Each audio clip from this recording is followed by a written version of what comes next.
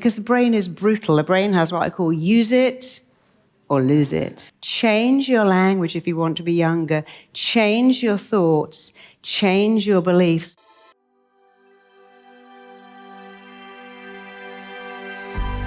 Okay, so I'm going to tell you today two really exciting things. One is, if you want to, you can become younger. So many years ago, when I was younger, I wrote my first book about how to actually slow down aging, and it really is possible.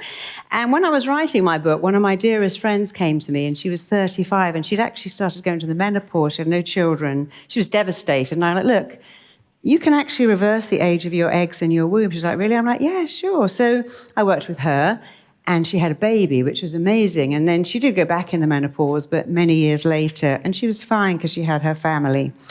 So when I was writing my first book many years ago, I met this amazing woman called Ellen Langer, and she had done this really cool experiment. I'm going to share it with you. So she took a group of men, all men of 75, and this was in 1979. I met her many years later. And she took these 75-year-old men to a retreat, and it was a closed retreat. And that means that everything was shut. And it looked as if it was from 1959. So all the music that was piped in was from 1959. All the magazines and every newsreel and every paper and every program was from 1979 59. And it was furnished to be 1959. And it was an experiment. Before they went in, they tested their age. So this is what you can do if you want to be younger. Changing your thoughts and beliefs can make you younger, can make you live longer, can make you look and feel better, can give you a great memory into your 90s and beyond, and it can keep you fit and active and healthy. And I'm not going to tell you, I'm going to show you, because I'm a great believer that you believe it when you see it. So you see there it says they tested their biological age. No point. Your chronological age means you're 75. That is so unimportant. Your birth certificate age, throw it away. Never refer to it again. It doesn't mean a thing because we age on our own timetable. So you have an age, maybe, I'd say someone here was 40. That's your age of your birth certificate. If you're a runner, then your age of your organs is very different. A runner of 40 will have a heart and lungs of 30, but knees of 50. And if they run in the sun, skin of 52. So your biological age is completely different, and you can change it. And the thing that changes it is your psychological age, the age you feel. I'll tell you more about that in a minute. So they did all these tests, their hearing, their vision, their grip, even the length of their fingers, and their blood and their hormones and all these things. And after a week of pretending it was 20 years earlier, pretending it was 1959, not 1979, they all, every single one of them, reversed their age by a minimum of 7 years, because they did all these tests again, and they were like, wow, these guys are 7 to 10 years younger. Of course, people said, yeah, but it's because they had a holiday for a week. So she has to have a control group. Sorry, I'm just getting used to that. And the control group also went on holiday for a week to the same place, but they had normal furniture. It was 1979. They actually got older. I guess they didn't like that modern music, but they didn't reverse their aging at all. Anyway, the BBC said, wow, this is so cool. So the BBC in 2010 said, we're going to recreate this, but even better. So they made a closed retreat, and they made it 35 years earlier. So they took a group of men and women. It wasn't just men. And they were between the age of 78 and 88, and they took them to a closed retreat. It was 2010. But it all looked like it was 1975. The music was from 1975. The TV shows were from 1975. They have to wear badges of themselves from 1975. And every magazine was from 1975. And they found what was extraordinary is that one of them went in on sticks, one of them could practically not walk, and the same thing happened within a week. They had all reversed their aging by 12 years. That's more than a year a day. And they asked one of them in particular, what did you do to reverse your aging? Because the one who was in there on crutches was actually running around the garden. There was a woman called Sylvia Sims, and she said, to this day, she now goes to old people's homes and teaches them something, which is you can get older. You do not have to get old. And he said, I forgot to be old. I slipped back into that world of 35 years ago. I forgot I was 88. He'd been really depressed. There was another guy there called Lionel Blair. He was actually tap dancing on stage. So this was a great thing to do, because what you have to understand about aging is it cannot be defined. No one has ever been able to define aging. There are tribes, there are groups. There's an island in Greece where they have some of the longest living people in the world. They all have some stuff in common, which I'll share with you. But actually, what we think of aging, do you know what it is? It is massive disuse of the body, followed by massive disuse of the brain, because the brain is brutal. The brain has what I call use it or lose it. And if you use it, you don't lose it. And if you don't use it, you do lose it. So once the BBC had done this test, and it was so amazing, they said, well, let's do more tests. So they took a group of people, volunteers off the street, and they said, walk into a room and just make sentences of these words. They had a few more words too. So they went into the room, they filmed them walking in, and they got a pen, and they made a sentence with wise, fragile, sentimental, obedient. When they filmed them leaving, they said it was so odd, they were walking 20% slower. They really thought they were fragile. And they were walking like they'd got old. And then, of course, they took another group in the room, and they said, make sentences out of these words. And they said they practically bounded out of the room. They were springing out of there, all the same age, because they were using young words. And the words you use have an actual effect on your body. You see, your brain listens to every word you say. If you go, oh my God, I look so old, your brain goes, okay. And that's permanent. But if you go, oh, I look a little tired, I look a little dehydrated, I look a little stressed, your brain goes, yeah, but tomorrow you won't. Because some words are permanent and some words are not.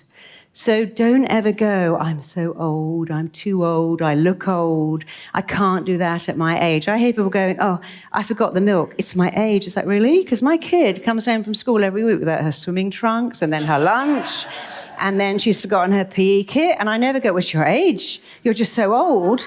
And you only have to hang out in a children's cloakroom to see how much they forget stuff. But we don't go, it's their age. Or people go, oh, I need my sleep at my age. I'm like, my 4-year-old needed her sleep when she was 4, but I never added to it. It's her age. Actually, it kind of was her age, but as people get older, I forgot because my age. I look old because I'm old. My knees hurt because I'm old. You've got to start disregarding your age. If you want to age incredibly well, never mention your age. Don't refer to it, because it doesn't matter. So here's the next. You see, this is what aging is. It's an expectation that you live up to. You know, you can go to old people's home and see people sitting with their remote control, clicking through the TV shows, getting older. Because when hope dies, old age runs to meet you. But people who don't do that, who still work, you know, professors of 90 have the same brain neurons as professors of 30, because they use their brain all the time. So you want to age well, have a different expectation of what aging is. Scientists know that you can boost your immune system just by thinking differently, which is exactly what those people did with the BBC test. They thought they were younger.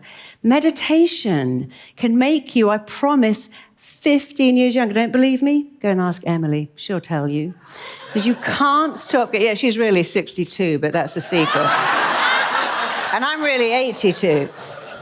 But we don't ever discuss our age. Here's the third thing the BBC did, which I love. They took some people and said, we're going to pretend you're fighter pilots. So they put on the overalls, they put on the goggles, and they put them in Harrier jump jet flight simulators. And they tested their eyesight, and then they had to pretend they were flying a fighter plane. And they said what was so weird is that their sight improved in a way that is physically not possible. And actually their sight didn't get better, but their brain believed they were fighter pilots, and their brain started to work so hard to make them see better, and they saw better. So how cool is that? That if you think you're a pilot, your brain starts to change your eyesight. And these are all documented. They're all in my book. You can go online. None of this is made up. And you might even know this next test. I'll tell you one more. The Rainbow Children's Hospital in Cleveland in Ohio was showing these very sick kids on the ward a puppet show. And they had a policeman puppet, and he was here, and in this hand were the germ puppets. And the policeman puppet came along, and he defeated all the germs. Already beat them up, but you could do that. That was like 10 years ago. So this policeman came along, and he fought all the germs, and he defeated the germs, and all the kids laughed. And then they said, okay, close your eyes. I want you to imagine this puppet show is going on in your body. So they closed their eyes and they imagined it. And then they took saliva swabs, and they said, incredibly, they are making so much immunoglobulin, which is a protein that fights the virus, that their body actually believes this virus is there, and their mind is making a protein to kill it. So every thought you think has a physical reaction in your body, and you can do so much about aging. So I'm going to tell you about my favorite thing, which is something called Neurobics. Neurobics makes your brain younger. And I just told you about the brain being brutal. You see, what the brain loves is newness. Anyone here with kids, they start to crayon, and then they get up and go over here and look at a movie, and then they go over there and crayon a bit more, and then they go and get juice, then they put on the TV, and they do new stuff all the time. They don't sit still. And as we get older, some of us sit still for too long. And so what the brain likes is newness. And Neurobics just means doing something new. So here's what Neurobics means. When you clean your teeth, you want to clean your teeth with the wrong hand. You want to it's very good to do this with high heels. Put your leg behind you, close your eyes, and clean your teeth like that. See, I can do it in stilettos because I practice. Not to go on stage here. I like Neurobics. It just means do something new. I have my mother now doing Sudoku on an iPad. My mother's on Facebook. My mother's on Skype. She's got a really young mind. My dad, who was a professor, he's had cancer 3 times. He's had 2 strokes. But his mind is so sharp because he has that use it. So if you want to have a really sharp memory into your 90s, you want to be sharp as a tack and remember stuff, you've got to do new stuff. And preferably new stuff that's young. So singing, dancing, laughing, having sex, that's not new, but keep doing a lot of that in new places if you can. But also do neurobics. And the other thing the brain loves, you see, neurobics means mental exercises that make a new brain pathway. So neurobics, just clean your teeth with the wrong hand. Then that's a mental exercise that makes a new brain pathway. You make a bigger hippocampus, which gives you a better memory and stronger brain power. And when you meet people you won't meet them, but people like Titian, the painter, Rubinstein, the composer, most artists live until their 90s and beyond. I went to somebody called Molly Parkin's 80th birthday, and she was telling everyone that she just had sex in a cupboard with a surfer on holiday. She's a great person. My daughter said, I can't believe she's the same age as my grandmother. She does all these crazy things. But she's a great character. She drank and smoked and was a terrible alcoholic, and yet her passion for painting and always doing new stuff has given her an incredibly young brain. So this is, I'm not even going to say this word, but there's something called wrong hand activity, and it's so easy. It just means reach for your remote control with the wrong hand. If you are right-handed, you'll find that wherever you set off from, you always go up the stairs on that leg. You can try wherever you set off from in your house, you will always go up the stairs on that leg. Start to use that leg. That actually makes brand new brain neurons. Your brain neurons stay strong if you do something new. So if you combine neurobics, like cleaning your teeth with your eyes shut and lifting your leg up just for a minute with the wrong hand activity, you can have an amazing brain. And this comes from New York University Medical School. They found this, and they now get people to do this all the time. You see, Mick Jagger, Keith Richards, Little Richard are a great example of tricking your brain. They don't juice. They don't meditate. What they do is they did take truckloads of drugs, a lot of alcohol, and stay up a lot and have a lot of sex. That's what a young person does. And if you do something young, you can even bypass wild, crazy behavior. So, Mick Jagger, I've got a lot of clients who are rock stars, some of them old, they never dress old. They never use old words. They don't go, oh, this is so groovy. They say something much more relevant. They don't talk about boogieing, we're going for a boogie, because they don't live in that world. They live in now. And they are very young. And if you saw Mick Jagger running around the stage in Cuba for 2.5 hours, age 75, I mean, people go, that's extraordinary. How do you know that isn't normal aging and all the other stuff is extraordinary? Because if you do young things, you stay young. And, it's great to juice and meditate, but if you do all that stuff feeling very stressed, it has less of an effect. But if you think young thoughts and do that, you see, you don't grow older till you stop growing, and then you get old. And the Stones would probably keep going until they drop dead, and why wouldn't they? So, you see, I'm going to tell you something else here now, because you really got to learn to trick your brain. If you don't trick your brain, believe you me, your brain is going to trick you. So rockers trick their brain. Musicians trick their brain. Pianists, musicians, painters, artists trick their brain. Let me ask you a question. Do you think your brain's job is to make you happy? Anyone think that?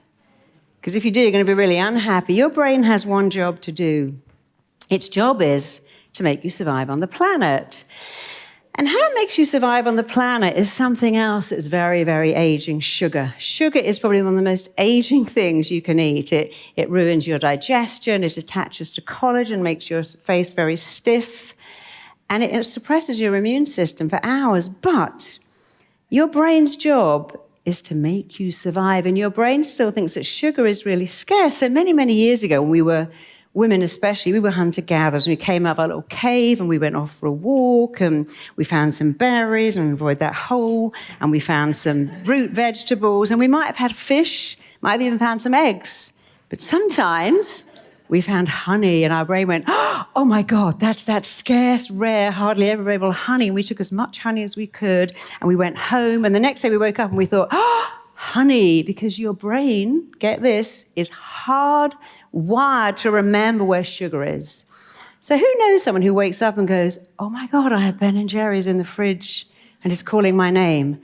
I have chocolate cookies in the cupboard and I just got to keep going back and eating them. No one says, I have celery in the fridge and it's got my name on it. I have peas in the cupboard and I just got to keep going back till they're gone. And I've got a bit of celery and now I'm going back and I've got more celery and I'm going back and I just cannot stop eating that celery.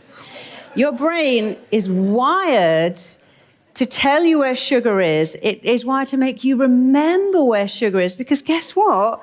It wants you it wants you to gorge on it, because thousands and thousands of years ago, we didn't get it very much. There was no shops. You got honey maybe twice a year, and you would remember where it is till it was all gone.